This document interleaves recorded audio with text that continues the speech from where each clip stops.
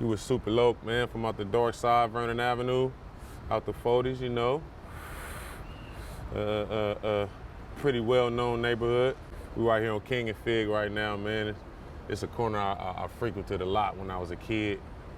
I said we did a lot of hustling in this parking lot, and I'm talking about like not even selling drugs, you know what I mean? Like, you know, we used to boost, you know what I'm saying? We used to go steal clothes and CDs and alcohol and sell all that shit right here.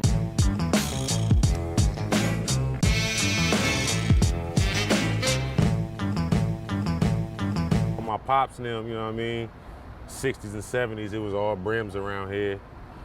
And then I'll say around 80, 81, it kind of transitioned into Trey Hoover, you know what I mean? And then crack kind of fucked that generation off. So then the generation before me chose a different game, you know what I mean? And it was never like the same people changing gangs, you know what I'm saying? It was like every generation, it changed, you know, to a different gang depending on, you know, what the city was doing. So as time passed, Crips got bigger, Crips got more popular, this became Crip neighborhood. Like this whole west side was Brims. So for Crips, you know what I'm saying? Like I always visioned it being like a major battle for west side Crips and Tookie and them and all that, because the whole west side was Brims, bro. Like, can you imagine the battles they had to go through to make this, you know what I mean? But also there was a couple of crews, I guess you could say it's a couple of well-known west side crews that was on the dark side as well, I guess during that Crip transition. Crews, you mean? Like what? Like WDC, We Don't Care. Like oh yeah, DOMG. but all that shit is later though. You know what I mean? That the transition we talking about is like late 70s, early 80s, from about 78 to maybe 85. You know what I mean? The Crip transition, you know what I mean? Then that's like a 90s thing. That was like my generation trying to rebel. Nah, we ain't gotta be Crips. You know what I'm saying? We ain't gotta be Bloods, man. We can fucking dance, we can write on walls, we could do art, you know what I'm saying? But as you grow older and them grown man issues start coming into play, yeah, you go back to that Crippin'. You know what I'm saying? Cause that's grown man shit. All right, so we're gonna jump in the car right now. Where you gonna drive us to real quick? Shit, man. We just go slide through the hood and, you know, probably look at a few significant spots where things, you know, took place.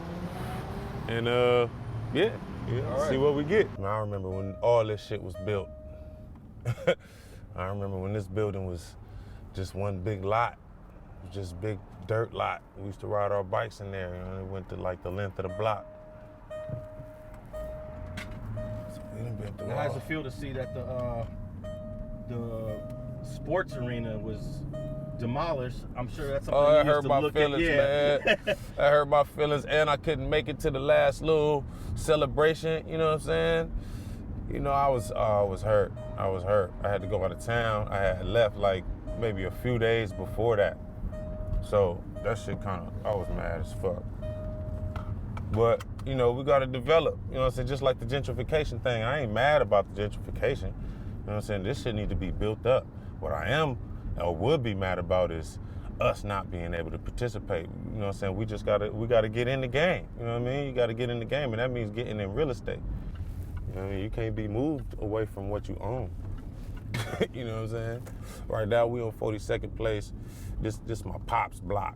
You know what I'm saying? Like both sides of my family is from this neighborhood, so I was centered right here. Like you know what I mean? This my grandma's old house right here. You know what I mean? She sold it, they painted it weird mint green. I don't know what the fuck that's about, but my grandpa, you know what I'm saying, remodeled that with his own hands. You know what I'm saying? He built that porch, that gate. I think they bought that house in the early 60s, maybe 1960, something like that.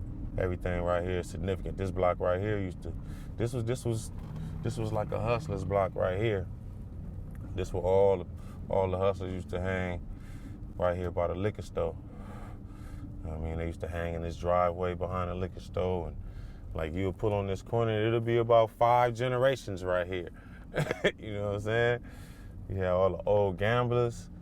You know what I mean? You had all the winos. You had you know, the gangsters out here, and Fig is right there, so, you know what I mean? Like, it ain't too many motels on this side, on Fig, but this is where kind of like, where all the pimps would come down to gamble. This is where all the gambling shacks and all that shit was down here at the end of Hoover. We talking about 60s and 70s.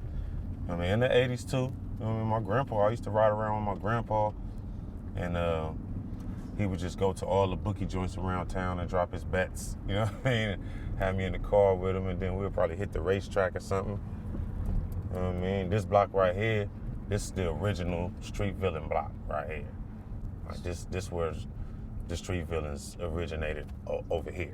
You know they got another set down in the 60s, but over here, this where they originated, right here, this alley. You know what I mean? That's my alley, you know what I mean? I grew up on this next block where we about to hit right now. We on 43rd place right now, but this is where I grew up at. This is the house I grew up in right here, 868. Now we on 43rd and Menlo, between Vermont and Hoover, you know what I'm saying? And we on the dark, in the 40s. Let's talk about that name of this area. That everyone calls it the Darkside.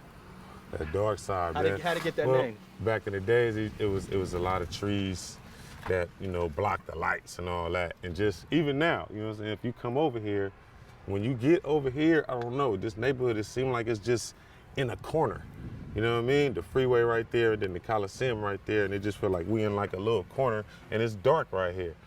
It's my young cousin, Sauce Beezy, you know what I'm saying? Check him out, SoundCloud, Sauce YouTube, Beezy. whatever you want to do. Upcoming. What's your story real quick, man? Man, like, what you mean? What's, you know, what you doing? What you about? Shit, right now I'm just trying to rap.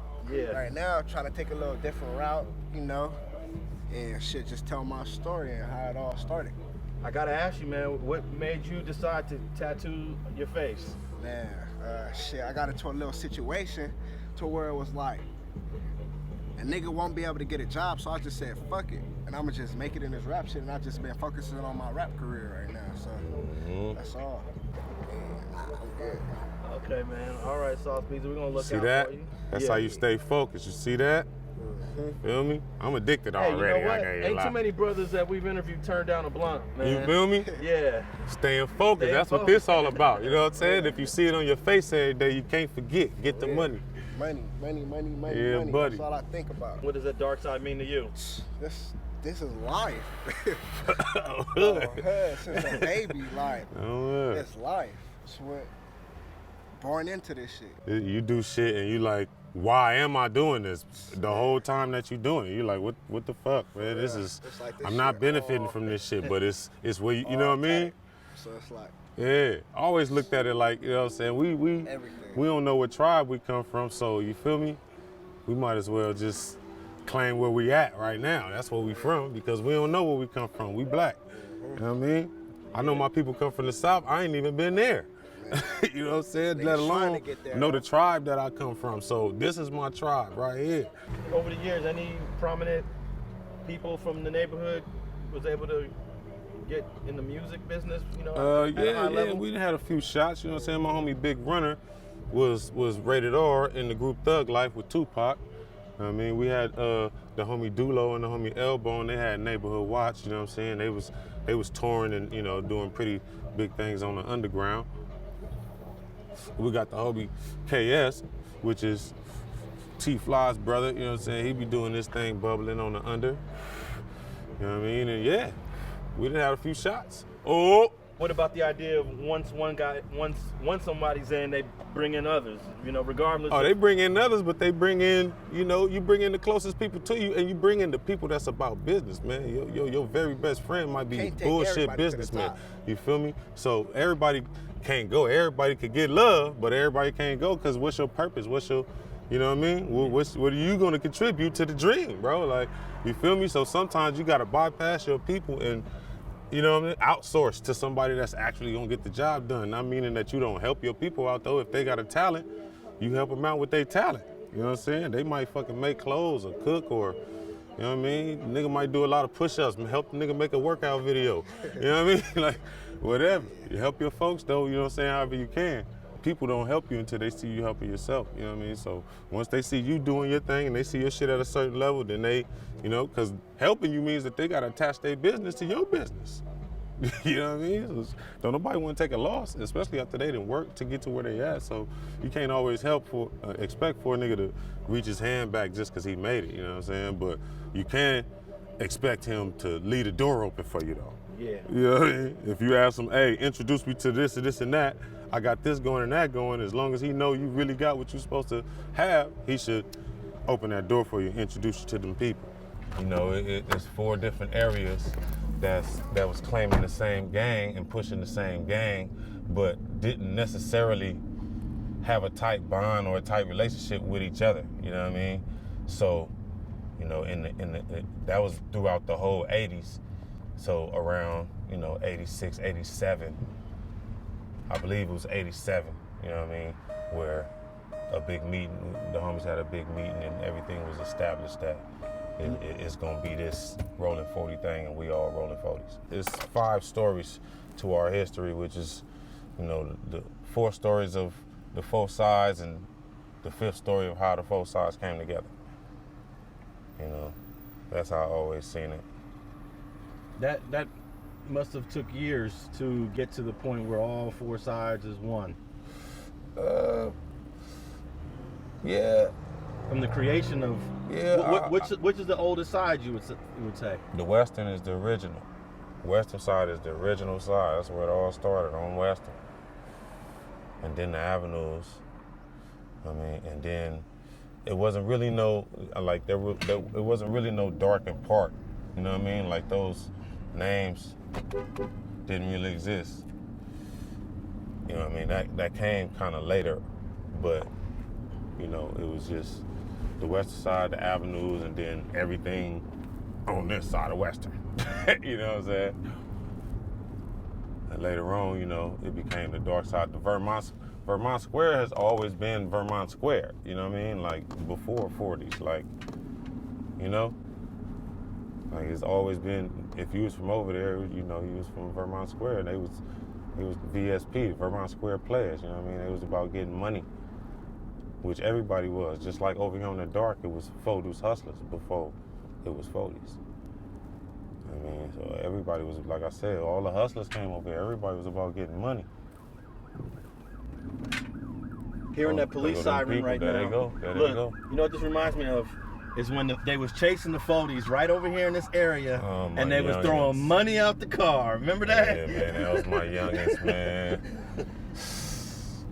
Talked to my nigga the other day too, man. They straight, man. That was, you know, I mean, what you gonna do? If you're going to jail, you might as well, you know what I mean? Oh, it was chaos. Might as well give it to your people. It was chaos. But that was, all bullshit aside, that was a little tradition that was started over here in the 90s. You know what I mean? Like, if you know, if they own you, come to the hood, throw that shit out the window.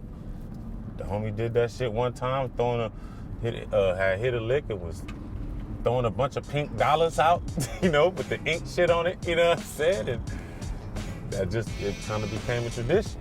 Thanks for watching StreetTV.net. If you're not subscribed, please hit that button below and click the bell to receive alerts and notifications. Feel free to comment below so you can give us your feedback, and be sure to watch the 2 related episodes to the right. If you want to support this platform or follow us on social media, visit the links in the description, and thanks for watching StreetTV.net.